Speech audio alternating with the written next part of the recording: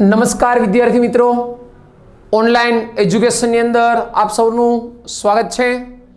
Last time अंदर अपने part number 4 विषय अभ्यास कर्यो तो पार्ट नंबर 4 एटले प्रश्न जे आपणे जोता था कि भाई नाणाकीय निर्णयोनी समजूती बराबर एना ऑप्शन नी अंदर 3 प्रश्न हता टूंक नोंध स्वरूपे के रोकाण संबंधित निर्णय टूंक नोंध लखो, पछी धिराण संबंधित निर्णयों टूंक नोंध लखो।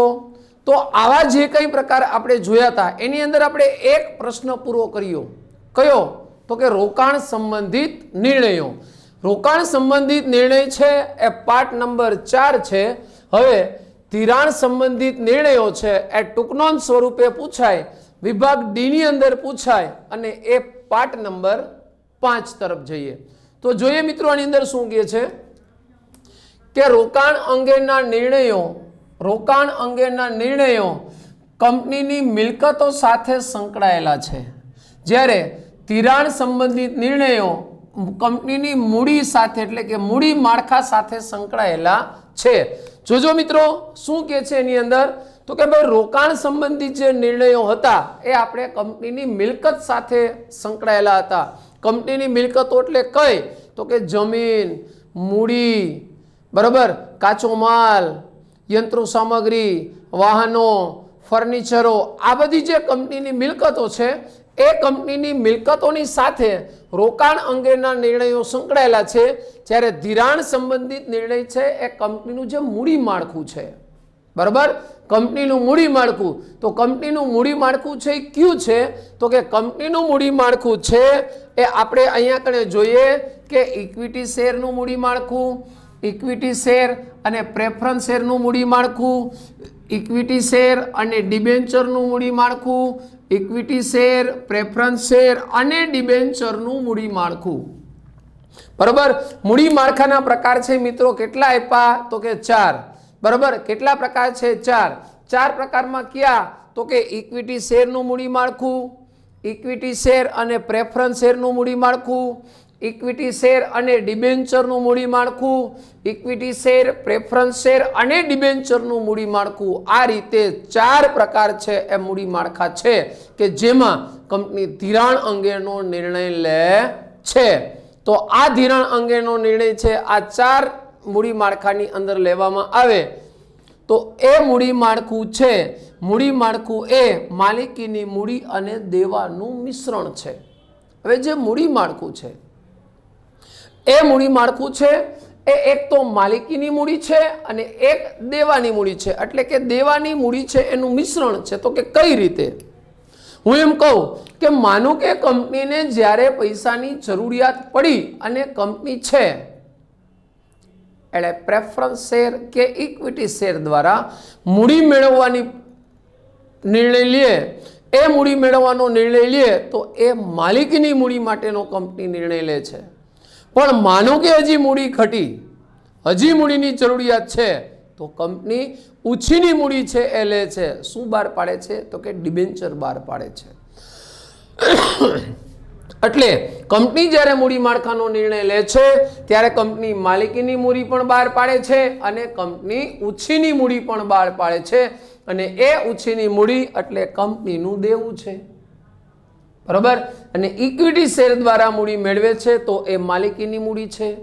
એટલે માલિકીની મૂડી અને દેવા આ બેયનું મિશ્રણ છે એટલે એ છે મૂડી માળખું बराबर के जेमा तमे मालिकीनी मूडी पण मेळवी शको छो अने जेमा तमे जाहेर जनता पासेथी ओछीनी मूडी पण मेळवी शको छो। तो त्यारबाद मित्रों नाणाकीय संचालके मूडी माळखामां इक्विटी मूडी अने देवानुं प्रमाण केटलुं राखवुं ते अंगेनो निर्णय लेवानो छे। हवे कंपनी छे ए शुं करशे तो के कंपनीना संचालको छे शुं करशे तो के ज्यारे कंपनीना संचालको छे ए मूडी माळखा माटेनो निर्णय ले छे तो ए मूडी माळखानी अंदर कंपनी नक्की करे कि भाई इक्विटी शेर केटला बहार पाडवा बराबर। कारण के इक्विटी शेर शुं काम तो के ए मालिकीनी मूडी छे એટલે માલિકીની મૂડીનું પ્રમાણ છે એ એકમની અંદર કેટલું રાખવું અને માલિકીની મૂડી છે માટે એની ઉપર કંપની ડિવિડન્ડ ચૂકવે છે અને એ ડિવિડન્ડ કંપની નફામાંથી ચૂકવે છે અને એ નફાનો દર અનિશ્ચિત છે. એટલે તમારે વર્ષના અંતે ડિવિડન્ડ ચૂકવવું જ પડશે એવું કહી શકાય નહીં, કારણ કે અનિશ્ચિત છે. વળતરનો દર એમાં કેવો છે તો કે અનિશ્ચિત છે. અને જો વર્તમાન સમયની અંદર માલિકીની મૂડી કંપની વધારે બહાર પાડે તો કંપની ઇક્વિટી શેર છે બહાર પાડશે.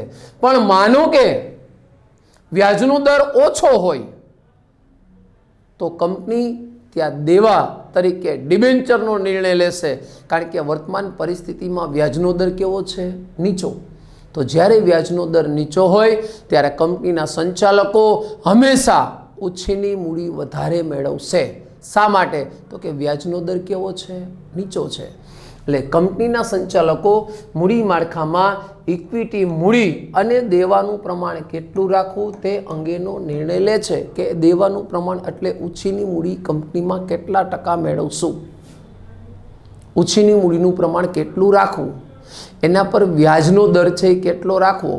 તો એમાં કંપનીના સંચાલક મંડળ ભેરું થાય.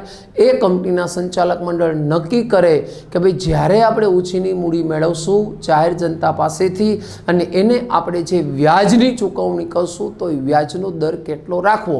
અને વ્યાજનો દર એવો જ રાખવામાં આવે છે કે જેથી કંપનીને કોઈ મોટું બોજ ઊભો ન થાય.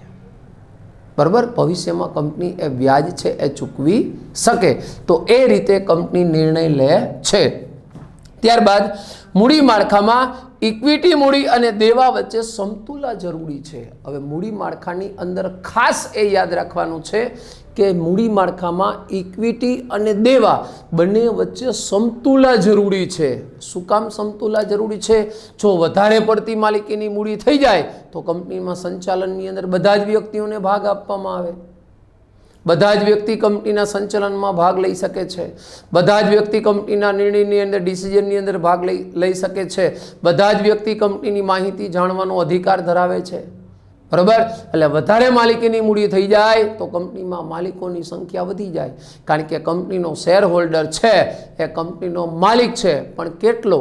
તો કે એણે જેટલી કંપનીમાં શેર મૂડીમાં રોકાણ કરેલું છે એટલું, પણ છતાંય એ કંપનીનો માલિક તો છે જ. અને જો કંપની માલિકીની મૂડી ઓછી રાખે અને દેવાનું પ્રમાણ વધારી દે તો કંપનીને બોજ ઊભો થાય. બરાબર? કંપનીએ દેવા ઉપર વ્યાજ ચૂકવવું પડે. કંપની ડિબેન્ચર બહાર પાડવાનો નિર્ણય લે તો ડિબેન્ચર ઉપર કંપની વ્યાજ ચૂકવશે. અને વ્યાજનો દર છે હંમેશા નિશ્ચિત હોય છે. કંપની નુકસાનીમાં જાય, કંપની ફડચામાં જાય, કંપનીને નફો થાય તો વ્યાજ છે એ ચૂકવવું જ પડે. નફો થાય તોય વ્યાજ ચૂકવવું પડે અને નુકસાન થાય તોય વ્યાજ ચૂકવવું પડે છે. બરાબર? એટલે બંને વચ્ચે શું હોવું જોઈએ? તો કે બંને વચ્ચે છે એ સમતુલા હોવું જોઈએ. એટલે માલિકીની મૂડી એ વધી ન જાય, દેવાની મૂડી પણ વધી ન જાય, એટલે બંને વચ્ચે સમતુલા હોવું જોઈએ. બરાબર? અને એને લગતો નિર્ણય કંપનીમાં સંચાલકે લેવો પડે છે. ત્યારબાદ મિત્રો ઇક્વિટી મૂડી અને દેવાનું યોગ્ય પ્રમાણ ધરાવતું મૂડી માળખું છે એને ઇષ્ટતમ મૂડી માળખું કહે છે. ખાસ યાદ રાખજો મિત્રો, 1 માર્કની અંદર પ્રશ્ન છે તમને પૂછાય. શું પ્રશ્ન પૂછાય? તો કે ઇષ્ટતમ મૂડી માળખું એટલે શું? શું પ્રશ્ન પૂછાય? ઇષ્ટતમ મૂડી માળખું એટલે શું? તો ઇષ્ટતમ મૂડી માળખું એટલે શું? તો કે ઇષ્ટતમ મૂડી માળખું એટલે ઇક્વિટી મૂડી અને દેવાનું યોગ્ય પ્રમાણ ધરાવતું. બરાબર?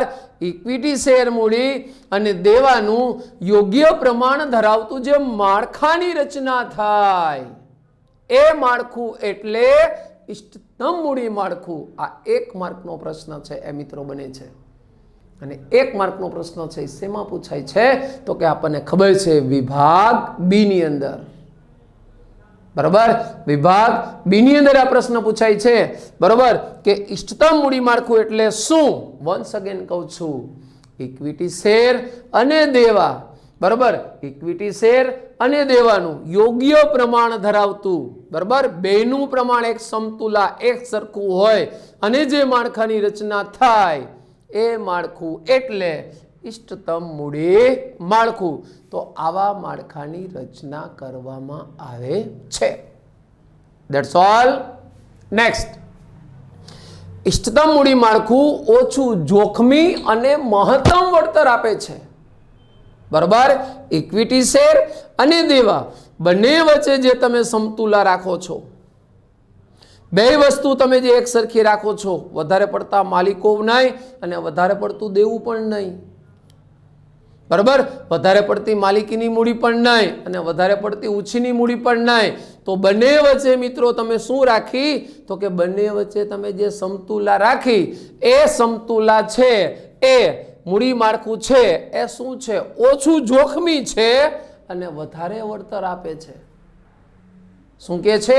ઓછું જોખમી, એમાં જોખમ નથી અને હોય તોય ઓછું છે, થોડું છે, બરાબર। એટલે ઓછું જોખમી છે અને કંપનીમાં વળતર છે એ વધારે આપે છે, માટે એને મિત્રો કહેવાય છે ઇષ્ટતમ મૂડી માળખું। કેવું?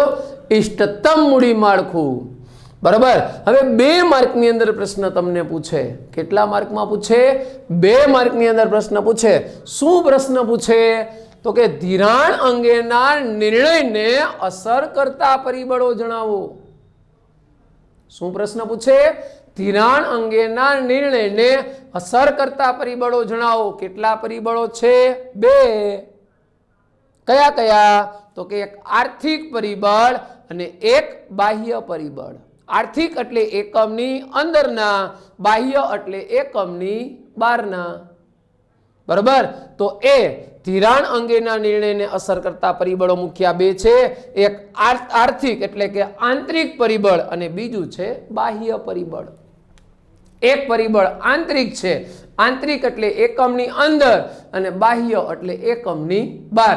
હવે આંતરિક પરિબળ શું કહે છે એના વિશે મિત્રો જોઈએ તો ધંધાનો પ્રકાર, કદ, વિકાસ, નાણાકીય જરૂરિયાત, મિલકતોનું સ્વરૂપ અને જરૂરિયાત, બરાબર, સંચાલકોનું વલણ વગેરે। હવે જોજો હું બોલું છું પાછું, ધંધાનો પ્રકાર કેવો છે, કદ કેવડું છે, વિકાસ કેવડો છે, નાણાકીય જરૂરિયાતો કેટલી છે, મિલકતોનું સ્વરૂપ કેવું છે અને જરૂરિયાતો છે સંચાલકોની કઈ કઈ છે, તો આવું સંચાલકોનું વલણ વગેરે, બરાબર, આંતરિક પરિબળ તરીકે ઓળખવામાં આવે।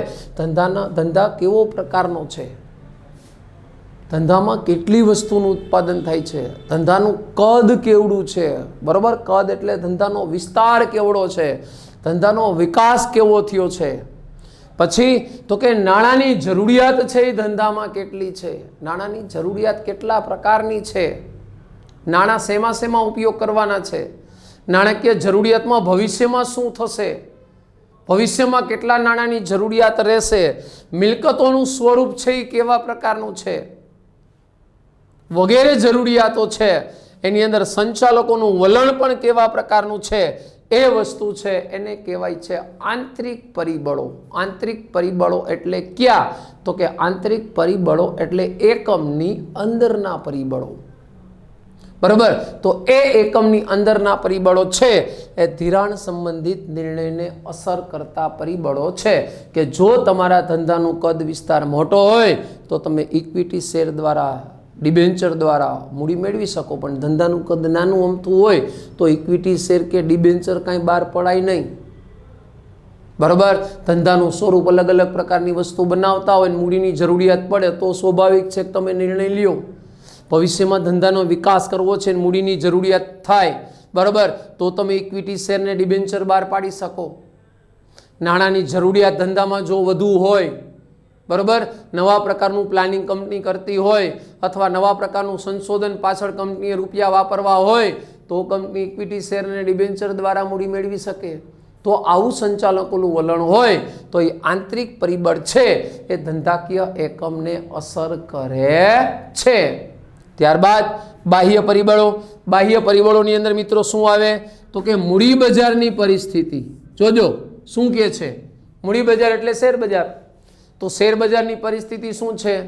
અત્યારના હાલના તકમાં શેર બજારની પરિસ્થિતિ તમે જોવો છો, કાયમી છાપામાં આખલો આમ ઠેકડા મારતો હોય, બરાબર।